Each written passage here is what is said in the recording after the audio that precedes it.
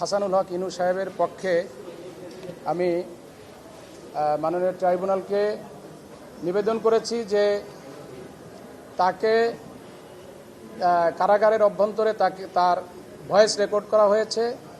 তো কি উদ্দেশ্যের ভয়েস রেকর্ড করা হয়েছে এবং কেন রেকর্ড করা হয়েছে এ বিষয়ে আমি তার নিয়োজিত আইনজীবী বা আমার সাথে যারা ছিলেন তারা কেউ অবগত ছিলেন না, বা কোনো পিটিশন আমাদের জানা ছিল না, বা কোনো অর্ডার হয়েছে কিনা সেটাও আমরা জানতাম না। এবং তিনি যেহেতু আমরা জানতাম না, সেহেতু তার সাথে কি হয়েছে আমি আদালতের কাছে নির্দেশনা চেয়েছি যে আদালত, মাননীয় ট্রাইব্যুনাল, আপনাকে আমার মক্কেল কিছু বক্তব্য রাখতে চায়।